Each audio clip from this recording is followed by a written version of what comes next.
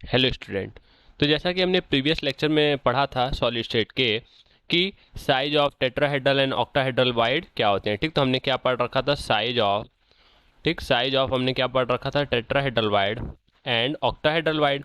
तो हमने ये जाना कि जो टेट्राहेड्रल का रेडियस होता है वो हमारा 0.225 होता है। ठीक, क्या जाना था, 225 इंटू क्या होता है, रेडियस रेडियस ऑफ स्पीयर। ठीक है, और जो ऑक्टाहेड्रल का रेडियस होता है वो क्या होता है, 0.414 इंटू रेडियस ऑफ स्पीयर। ठीक है, बट आज हम क्या पढ़ेंगे, आज हम पढ़ेंगे location of tetrahedral and octahedral wide in CCP structure, ठीक, एंड एससीपी स्ट्रक्चर। ठीक है, बेसिकली हम सीसीपी के लिए पढ़ेंगे और एससीपी के लिए हम पढ़ेंगे नंबर ऑफ वाइड कितने होते हैं, और सीसीपी के लिए हम स्ट्रक्चर पढ़ेंगे। ठीक है, ये location of tetrahedral and octahedral wide जो है वो हमारे एनसीईआरटी का पोर्शन नहीं है। ठीक है, तो ये कन्फ्यूजन मत रखिएगा कि ये हमारे तो बुक में दिया ही नहीं हुआ है।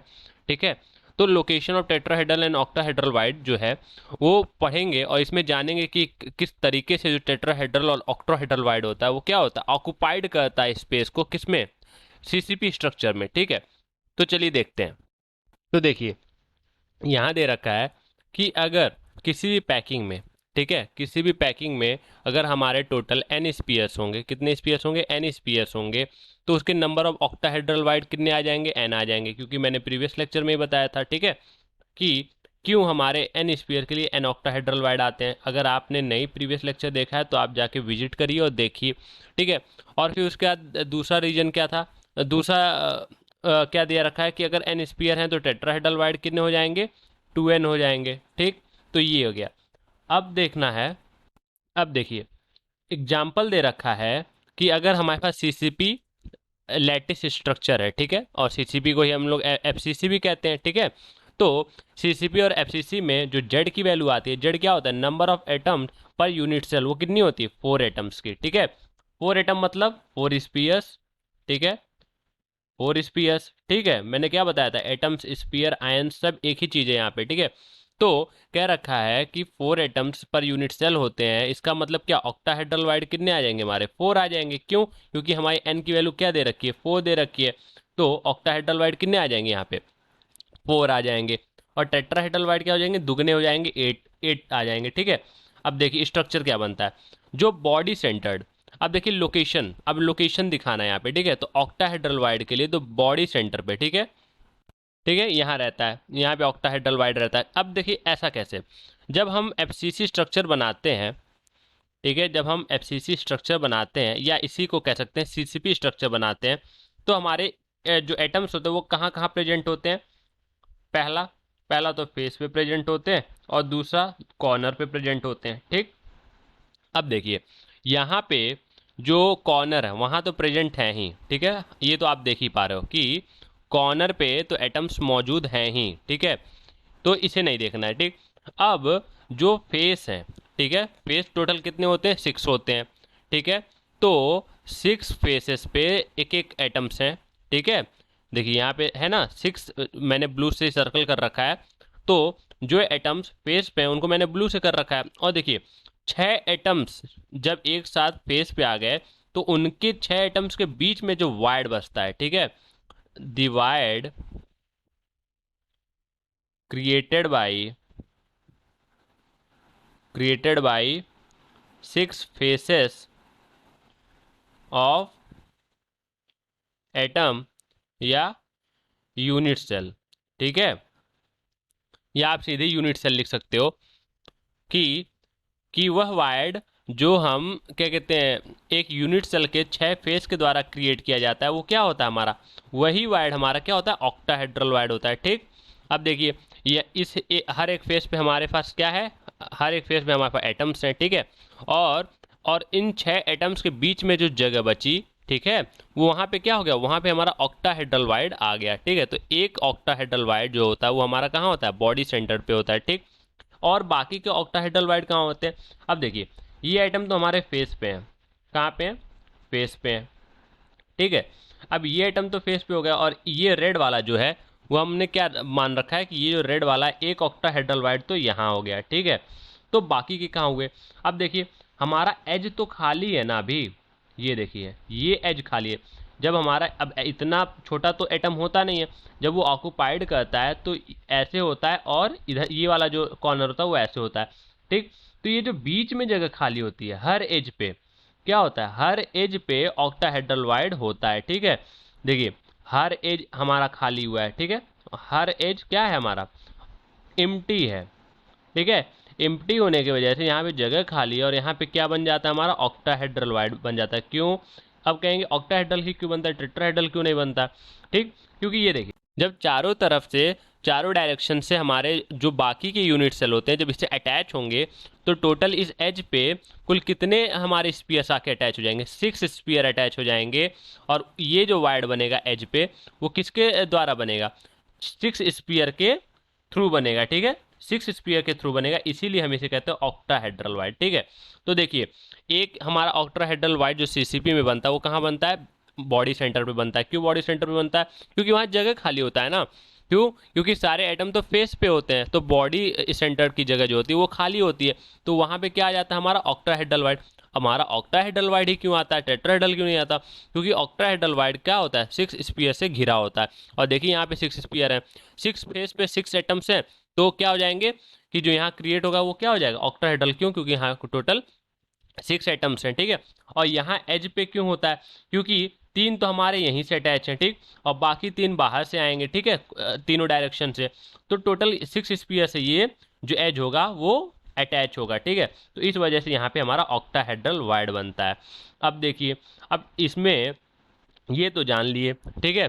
अब देखिए एक यहाँ पे काउंट करते हैं अगर, तो एक ऑक्टाहेड्रल वाइड हमारा क्या हुआ, यहाँ बना, ठीक। और जो हमारा ये टोटल एज होता है वो कितना होता है हमारा, 12 होता है, ठीक। और जो हमारे एक एज का कंट्रीब्यूशन होता है वो कितना होता है, 1/4 होता है। तो 3 हो गया यहाँ पे, तो कितने बन गए टोटल, 3 ऑक्टाहेड्रल वाइड यहाँ बन गए, एक ऑक्टाहेड्रल वाइड बन गए। और हमने क्या बता रखा था पहले कि टोटल ऑक्टाहेड्रल वाइड कितने बनते हैं सीसीपी में, 4 ऑक्टाहेड्रल वाइड बनते हैं। तो अब आपको समझ आ गया होगा कि कहाँ कहाँ ऑक्टाहेड्रल वाइड सीसीपी और एफसीसी में बनते हैं, ठीक है। अब देखते हैं, अब अगले में आते हैं कि जो ये टेट्राहेड्रल वाइड बनते हैं वो कहाँ कहाँ बनते हैं, ठीक है। अब देखिए ये, अब जो हमारे स्पीयर्स हैं वो कहाँ कहाँ है, वो हमारे फेस पे हैं, इस फेस पे, इस फेस पे, ये बैक वाला फेस है, ठीक है, ये अंदर नहीं है ये एटम, ये ध्यान दीजिएगा, ये बैक फेस है, बैक फेस, ठीक है। और ये यहाँ राइट साइड वाला फेस है, और ये नीचे वाला है बॉटम वाला, और ये जो आप देख पा रहे हो ये वाला, ये क्या, यहाँ पे हमारा फ्रंट फेस है, ठीक है। ये 2D व्यू है तो आपको देखने में कंफ्यूजन हो सकती है, ठीक है। तो ये देखिए अब टेट्राहेड्रल वाइड कहाँ बनता है, टेट्राहेड्रल वाइड, अब ये देखिए ये बीचों बीच में हमारा हो गया ऑक्टाहेड्रल वाइड, ठीक है, ये क्या हो गया हमारा ऑक्टाहेड्रल वाइड, ठीक। अब देखिए अगर 1 मिनट अगर मैं इसे इरेज करता हूं तो आपको मैं बता पाऊंगा कि जो टेट्राहेड्रल का फॉर्मेशन होता है वो कैसे होता है, ठीक है। तो ध्यान से देखिएगा, क्योंकि ये जो होता है वो सारे बच्चे लगभग नहीं समझ पाते हैं कि एक टेट्राहेड्रल वाइड का फॉर्मेशन होता कैसे। तो देखिए जो टेट्राहेड्रल का फॉर्मेशन होता है वह एक कॉर्नर, ठीक है, और 3 फेस से होता है। ये दोनों क्या होंगे, एटम्स होंगे, ठीक है, 1 कॉर्नर एटम से और 3 फेस एटम से होता है, ठीक है। ये मैं एफसीसी के लिए बता रहा हूँ, एफसीसी में फॉर्मेशन बता रहा हूँ, ठीक है। तो अब देखिए होता क्या है, यहाँ आप ध्यान से देखिए, तो ये वाला हमारा कौन सा स्पीयर था, फ्रंट स्पीयर, ध्यान से देखिएगा, फ्रंट स्पीयर, ठीक है। ये वाला जो है, और ये वाला कौन सा था, राइट स्पीयर, ठीक, राइट स्पीयर। ये क्या है हमारा, ये वाला, ये बॉटम स्पीयर, ठीक है। ये हमारे क्या हो गए, तीनों फेस के स्पीयर हो गए। और कॉर्नर वाला कौन सा होगा, कॉर्नर स्पीयर, ये हो जाएगा 1 कॉर्नर स्पीयर, ठीक है। तो हमने क्या बोला था, एक कॉर्नर का होगा और 3 फेस का होगा, ठीक। तो हो गया मेरा एक फ्रंट स्पीयर जो सामने वो भी फेस पे है, राइट वाला भी फेस पे है, और हमारा बॉटम वाला भी फेस पे है, ठीक। अब देखिए क्या होता है, ये हमारा बनाएगा टेट्रागोनल, ये देखिए ये हमारा फ्रंट वाला गया राइट वाले पे, फ्रंट वाला गया हमारा बैक वाले पे, और फ्रंट वाला ही गया हमारा कॉर्नर पे, ठीक। ये हमारा हो गया ये 3, और ये हमारा बना, ठीक, ये हो गया हमारा, और ये हो गया, ठीक। अब ये देखिए कितने कॉर्नर बने, 1 2 3 4, टोटल 4 कॉर्नर बने, ठीक है। ये 4 कॉर्नर के अंदर जो वाइड बचता है, ठीक है। अब आप ध्यान से देख पा रहे हो कि ये जो 4 कॉर्नर्स है उसके बीच में जो वाइड बचा वो क्या हो गया हमारा, टेट्राहेड्रल वाइड, ठीक है। कौन सा वाइड हो गया, टेट्राहेड्रल वाइड, ठीक है। अब आप देख पा रहे हो कि एक जो हमारा फ्रंट स्पीयर था, बॉटम स्पीयर था और राइट वाला स्पीयर था, और एक जो कॉर्नर का स्पीयर था, इन चारों के बीच का जो गैप होता है, ठीक है, उसे क्या कहते हैं हम लोग, टेट्राहेड्रल वाइड कहते हैं। अब देखिए, ये तो आप समझ ही गए होगे कि टेट्राहेड्रल वाइड क्यों कहते हैं, क्योंकि ये 4 स्पीयर से घिरा होता है, ठीक है। अब देखिए, यही सेम कंडीशन यहाँ भी होता है, ठीक। ये क्या होता है, ये हमारा यहाँ पे होता है और हमारा ये फ्रंट वाला है, तो यहाँ से होता है इसके साथ, इसके साथ, इसके साथ और इसके साथ, ठीक। अब ये हमारा बना देता है और यहाँ पे, ठीक। ये हो गया हमारा एक और टेट्राहेड्रल, ठीक है। और इसके बीच में क्या आ गया हमारा, एक और स्पीयर। तो अब देखिए, ये तो आप समझ गए कि एक टेट्राहेड्रल का फॉर्मेशन कैसे होता है, ठीक। ये तो आप समझ गए। अब देखिए, टोटल हमारे जो फॉर्मेशन होते हैं एक बॉडी डायगोनल पे, एक बॉडी डायगोनल पे, ठीक है, एक बॉडी डायगोनल पे 2 हमारे टेट्राहेड्रल वाइड बनते हैं, ठीक है। मैंने क्या बताया था, एक स्पीयर पे हमारे 2 बनते हैं, तो वही हो रहा है यहाँ पे। ये एक स्पीयर है, एक स्पीयर ये कॉर्नर पे, तो 2 स्पीयर है। तो यहाँ पे देखिए, ये और ये, इन दोनों के बीच में एक टेट्राहेड्रल यहाँ बन रहा है और एक टेट्राहेड्रल यहाँ बन रहा है। तो टोटल हमारे 4 बॉडी डायगोनल्स होते हैं, तो कितने बनेंगे, 4 इंटू 2, तो ये हमारा कितना हो जाएगा, 8 हो जाएगा, ठीक है। आप समझ पा रहे हो। अब देखिए, ये हमारा ए है और ये हमारा बी है। ए टू बी के अंदर क्या बन रहा है, 2 टेट्राहेड्रल वाइड बन रहा है। वैसे अब ये हमारा हो जाएगा सी और डी के बीच में कितना बनेगा, 2 बनेगा, ठीक। उसके बाद ये हो गया हमारा ई और ये हमारा हो गया एफ, ई एफ के बीच में कितना बनेगा, 2 और बनेगा। ये हो गया जी और ये हो गया हमारा एच, इसके भी बीच में क्या बनेगा, 2 और बनेगा, ठीक है। तो इसके थ्रू आप समझ सकते हो कि कुल टोटल टेट्राहेड्रल वाइड कितने बनेंगे, 8 वाइड बनेंगे, ठीक है। ये आपको जानना था, आपको मैंने बता दिया, ठीक है। ये फॉर्मेशन जो होता है बहुत ज़्यादा इंपॉर्टेंट होता है बच्चों को जानने के लिए कि रियल में हमारे जो वाइड हैं वो कैसे बनते हैं, ठीक ठीक है। अब देखिए, अब यहाँ पे हमने ये तो जान लिया कि फॉर्मेशन कैसे होता है, तो मैं आशा करता हूँ आपको क्लियर हो गया होगा कि जो ऑक्टाहेड्रल वाइड है उसका फॉर्मेशन कैसे होता है, जो टेट्राहेड्रल वाइड होता है उसका फॉर्मेशन कैसे होता है, ठीक। अगर आपको ना समझ आए तो आप रिवाइंड कर सकते हैं वीडियो को और दोबारा देख सकते हो, ठीक है। तो मैंने पूरा समराइज कर रखा है, ठीक है। अब देखते हैं उसमें टोटल नंबर ऑफ वाइड कितने होते हैं, ठीक। तो जैसा मैंने प्रीवियस बताया हुआ है कि ऑक्टाहेड्रल वाइड जो होता है वो सीसीपी में जो होता है वो कहाँ पे प्रेजेंट होता है, बॉडी डायगोनल पे प्रेजेंट होता है और 12 एजेस पे प्रेजेंट होता है, ठीक। और जैसा कि हम जानते हैं कि एजेस का जो कंट्रीब्यूशन होता है वो 1/4 होता है। इस वजह से जो हमारा टोटल इफेक्टिव नंबर, जो टोटल हमारा effective number of octahedral wide आता है वो कितना आता है, 1/4 इंटू 12 + 1, तो हो जाता है 4 वाइड्स, ठीक है। टेट्राहेड्रल वाइड जो होता है वो 8 हमारे बॉडी डायगोनल पे होते हैं, तो टोटल 8 एटम जो होते हैं उस पर कवर्ड होते हैं, ठीक है। इस वजह से हमारा जो टोटल टेट्राहेड्रल वाइड आता है वो 8 ही आता है। इसको याद रखिएगा कि जो हमारा सीसीपी में टोटल नंबर ऑफ वाइड्स होते हैं पर यूनिट सेल वो कितने होते हैं, हमारे 12 होते हैं। और जो एससीपी में हमारे टोटल नंबर ऑफ वाइड होते हैं वो कितने होते हैं, 18 होते हैं। 18 क्यों होते हैं, क्योंकि आपको मैंने प्रीवियसली बताया हुआ था कि जो एससीपी होते हैं उसमें नंबर ऑफ एटम्स